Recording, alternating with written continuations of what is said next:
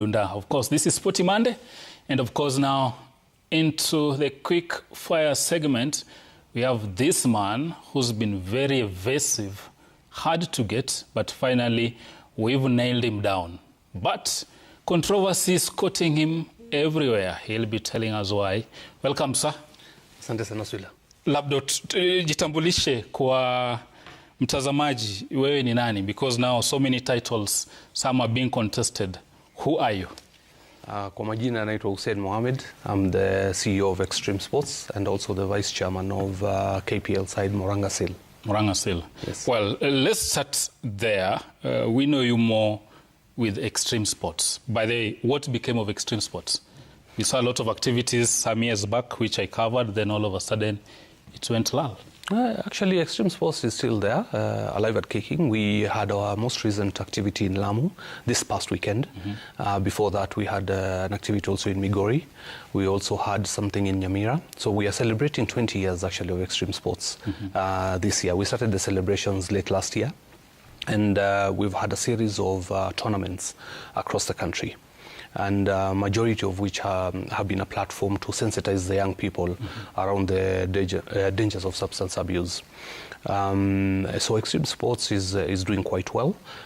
We just moved away from the league structure in 2020 after COVID. Of course, many sports sort of brands suffered during that period. Lack of sponsorship, lack of funds, a struggling economy. So we put the league on hold. But we've had kitting activities. I think in 2022 we did a kitting program of over 400 football clubs across the country. Now we have got a program to cover about 15 counties with the Super 8 at 20 celebrations. So Extreme Sports is still on. It's still on. Now, to your second title, you've said you're vice chair of Kenyan Premier League side Moranga Seal FC. And probably I'll start it from there, and we'll have that letter on screen shortly. This was a letter that was written by FKF CEO Barry Otieno. And he's saying this was in regard to the AGM, which raised a lot of issues. And he's saying, following a comprehensive review of the registration document and other details thereof regarding Moranga Seal, submitted in compliance with Article 1, 02 and L03 of FKF Club Licensing Regulations and Article 54 and 55 of the CAF Men's Club Licensing Regulations, attached for your reference, they don't recognize you as the vice chair of Moranga FC. There it is, we have it. What's your response to this? I think the first thing to note is that first that letter was released to the media even before we got it. Already that tells you that it was laced with malice. To Swilla, let me give you a very good example. You work for Royal Media. You have a regulatory body. Yeah, Media Council of Kenya. Media Council of Kenya, but also CAK that sort of has oversight. Absolutely. Do they have a right to choose who Royal Media can employ and not employ? They don't. Tomorrow or today, you might be nominated to attend a meeting, even at the Ministry of ICT and Communications. Nobody can stop you because you are a bona fide employee of Royal Media. Article 18 of our own constitution of FKF protects the rights of all the members. And it actually highlights who a member is. Article 19 highlights who a member of the federation is. And it's corporate membership. It's not individual membership. There's no individual today who can say, as a person, including the president of FKF, can say that they are a member, an individual member of the federation. The chairman of Moranga Seal, Robert Masharia, came out and released a statement and said that this is one of our officials. So who are they to reject it? But I think what is key here is that this brought to the fore the impunity that has been reigning at the federation over years, the culture of intimidation, the culture of coercion that I think majority of the delegates have been sort of facing quietly. And it's about time we put a stop to it. When you look at the FIFA statutes, Article 4 is very clear on matters of discrimination. And also Article 15 again reconfirms that position, especially on member associations. So nobody has the right to actually dictate to a club who their members can be or who their officials can be. The FKF Constitution actually is very clear that you cannot interfere, third parties cannot interfere in the running of a member. And you're saying that you're talking of this has to come to an end. As we speak, I think we are in more of a conundrum, if I may use that word. There's no clear way forward regarding these FKF elections. First of all, are you running for FKF presidency to begin with? Well, I've gotten that question quite a bit most recently, and I've always responded with the same sort of status of position that I am not ready to make that announcement, and it's purely because there's no roadmap, first of all, for the elections. For the elections. But what is important is that we get it right this time, and I think that is key. So even before we talk about who's running and the candidates and so on, it's important that the process is seen to be free and fair. And transparent. And all-inclusive. How do we proceed? Because as things stand, that letter emanated from the AGM that was set for March, which never materialized because of the injunction by the court. And as we speak, there are matters pending in the court. Yeah? And basically, we should have an AGM 6 months to the election. So as things stand, from where do you sit? How do we proceed? There are talks, we disband the federation. Do we put in a normalization committee? There's a fear you interfere with the federation. FIFA comes hard on you with a suspension, hurting the players and football at large. So from where you sit to saying, how do we proceed with this kind of situation? So if you look at the electoral process, we require at least about 6 months to be able to have a credible process in place. By September 18th of this year, the term of the current delegates, elected delegates, will come to an end. Sure. So we've got about 3.5 months to that date. The big question here is what happens when that time comes. So we have a crisis.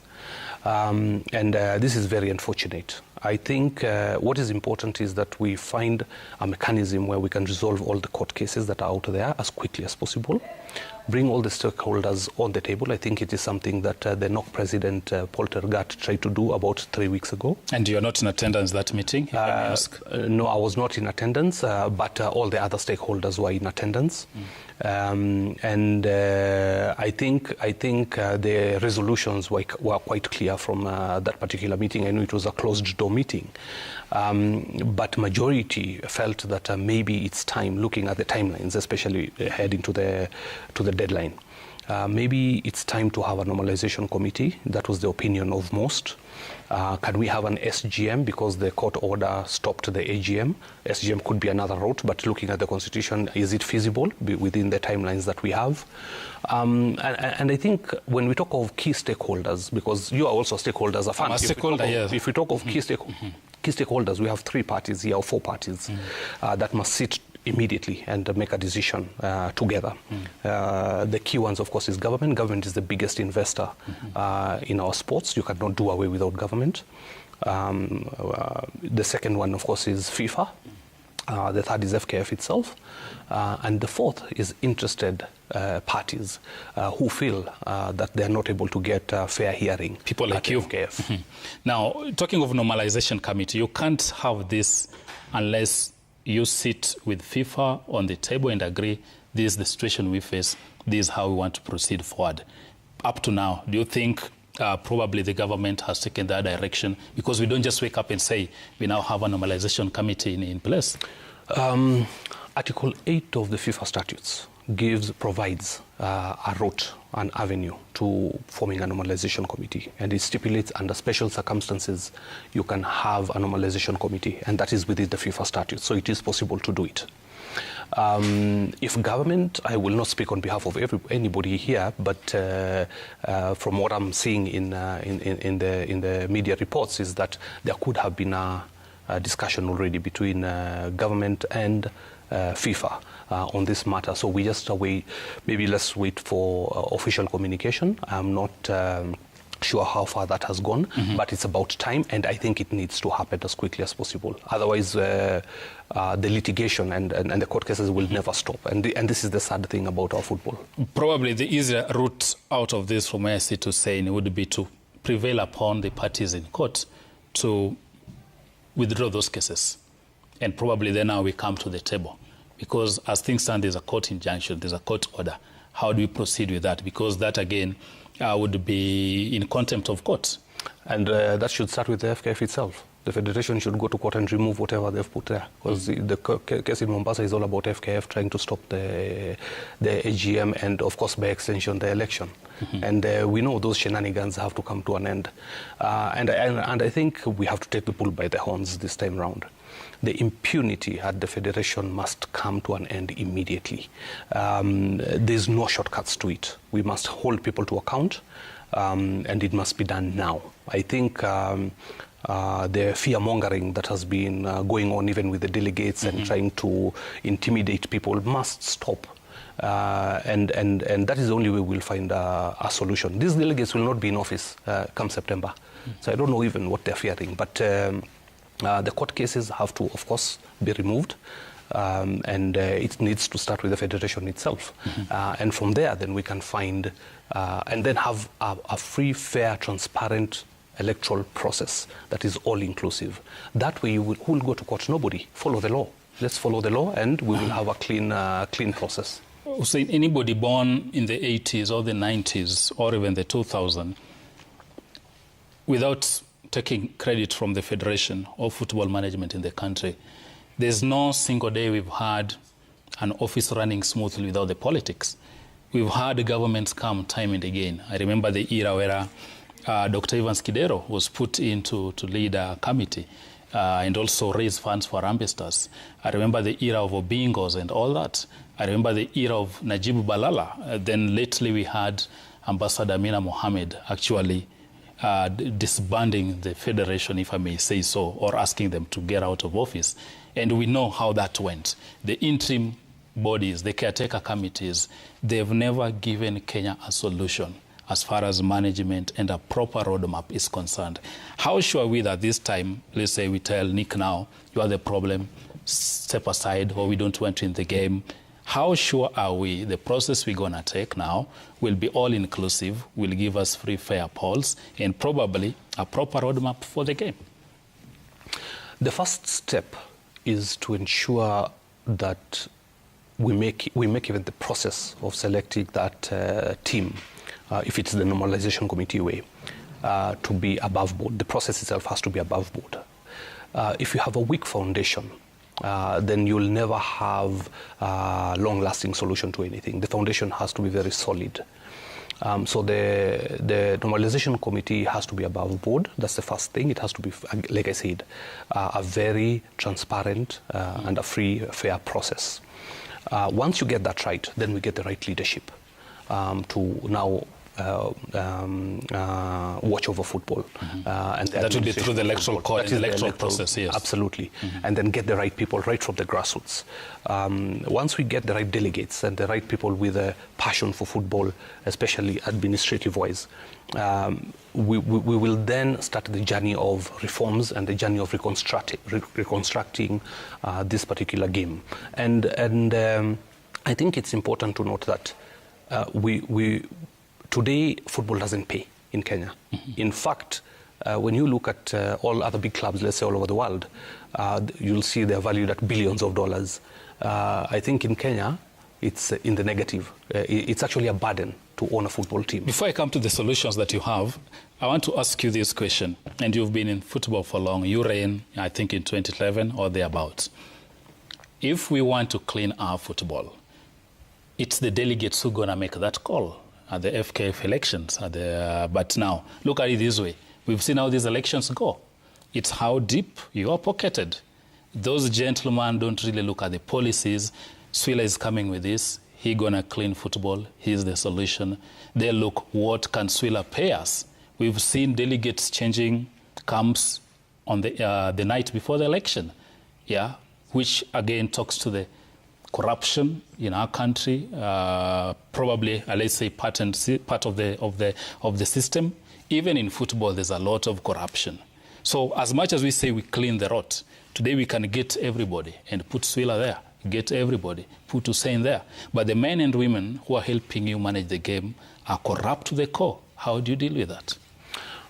I agree with you that corruption is a systemic issue in this country across the board. It's not just in sports or in football.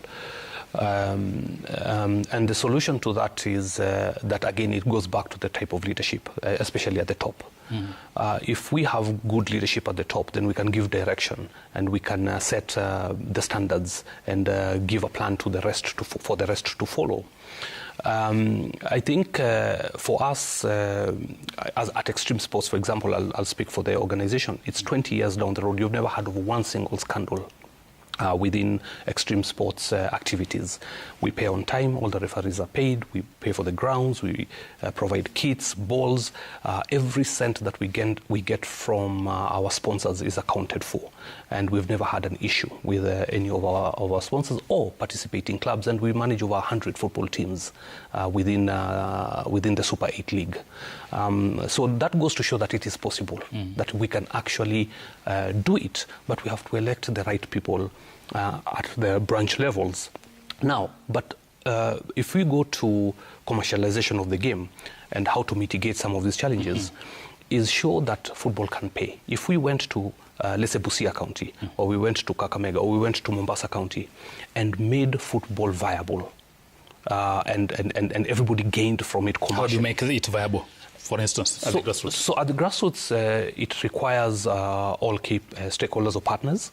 And in my view, we need four main partners in this to drive this particular sort of initiative to success.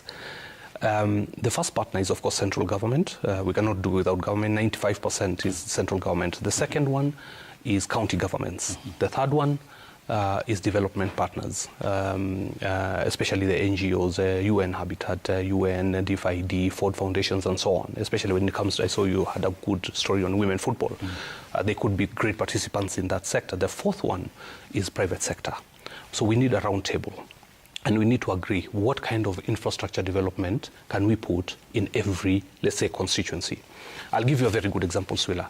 We have over 100, maybe let's say 120 constituencies with more than 150,000 people population, which means you can actually build a facility that can be sustainable, maybe a 10,000 seater or 15,000 seater. That's about the facilities, right? Those facilities. Now, the infrastructure will allow you to commercialize the sport. If you have good infrastructure, the clubs can generate income every weekend. You can have a lot of economic activities around that facility.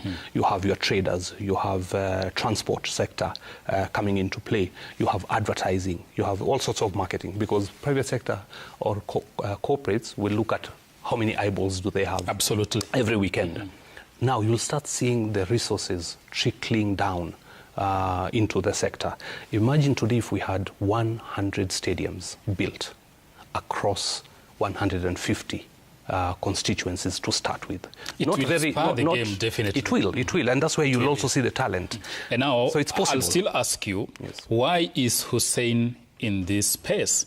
Why is Hussein giving this as a panacea to the problems bedeviling the game? Do you want to be the man to take this forward, or probably are you a prophet trying to clear the road for somebody else? Swilla, 20 years ago when I started Super 8, I started it because I saw the potential of football. I saw the opportunities around it. I saw a sector that is completely neglected but had great potential. And I wanted to sort of make it into a case study and show people that it's possible to fix this sector. So I did it for 20 years. I didn't do it for anything else other than giving back to society at first. It's all about passion. Today, football runs on passion, especially in this country. It doesn't earn you anything. You don't make it up. Very few people make money from football in this country. So for me, I want to play my part in society. I grew up almost in every neighborhood in this city of Nairobi. I don't think there's any neighborhood I've not grown up in. I've grown up in Kawangware, I've grown up in Kibra, I've grown up in... You don't look like Kawangware anyway. I did, actually. Growing up in those neighborhoods, yes. Growing up in those neighborhoods, I saw the potential of football and I saw the struggles. And the struggles. Good. Really quick, because we don't have time. We've seen again in the past, gentlemen come and use our sports or football as a ladder, stepping stone to politics. Is Hussein interested in politics? If I was, it would have been clear within the last 20 years. So you are in this for the passion and for the game? Absolutely. Lastly, Harambee Stars take on on Burundi Swallows in Malawi. Quite a shame. We are going to host our match away as host to a visiting team. Before I speak about Harambee Stars, I think first let me congratulate Shuja and congratulate Sasha Mutai and his team for the great job that they've done, and they need all the support to continue growing, so I hope we will continue to give them that support. For Harambee Stars, I wish them all the best as well. I wish them a win. It's very difficult to win at that stage if you are not well prepared. And I think in the future we need to put a lot of effort in preparations of the national team. I hope and pray that we will never have to play a home game in another country again. I really hope that we won't be able to do that. But also on Harambee Stars Swilla, the foundation is key. If we are to play in the World Cup, or at the highest levels with other countries, we must invest in the grassroots football and in our youth structures. In 5 seconds, your message to stakeholders? To all the stakeholders, especially the ones who are the delegates of FKF, get rid of the fear. This is the time we can fix our football. We will fix Kenyan football. There's no alternative. We will be competitive. It's a shame that Tanzania is way ahead of us, but we can fix it. We will correct it. So get out of that cocoon you are in, and let's do the right thing. And I think we will be prosperous. Let's do the right thing, says Hussein Mohammed. We are all in agreement with that. Let's get it right in football, in sports, and as a country. That's Hussein Mohammed, the CEO of Extreme Sports, speaking to us here on Sporty Monday. Of course, we'll keep an eye on his trail. Does he want to be FKF chief? What is he up to? Before we take a break, we ask you,